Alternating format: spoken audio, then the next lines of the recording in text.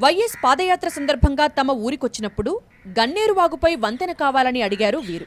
అదేవిధంగా శ్రీరామ్ సాగర్ వరద కాలువ కావాలని కోరారు.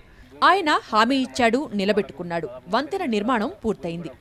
వరద కాలువ పనులు వేగంగా జరుగుతున్నాయి. మంచి రోడ్డు వచ్చింది.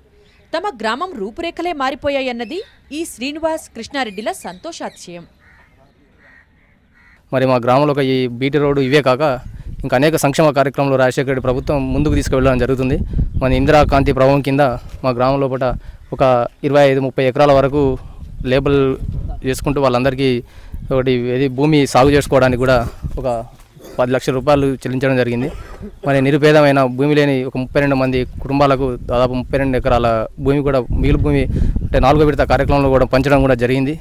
మరి అదేవిధంగా మా గ్రామంలో కూడా ఒక ఓన్లీ 90 మంది ఉండే, ఇది చంద్రబాబు పీరియడ్లో ఉన్నప్పుడు 90 మంది ఉండే.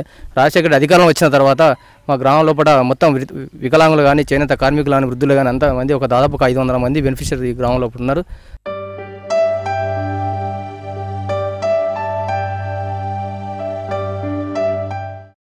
మాకు ఇండ్లు వస్తాయి, మీకు అన్నీ నమ్మకంగా కట్టుకోండి అని చెప్పేయండు.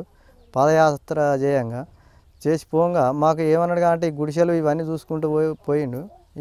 ఇప్పటి వరకు ఆయన చేసిన పనులు, అనుకున్న పనులు ఇప్పటి వరకు అమలుకు తీసుకొచ్చిండు. మాకు ఇప్పటికీ సంతోషం అనిపించింది.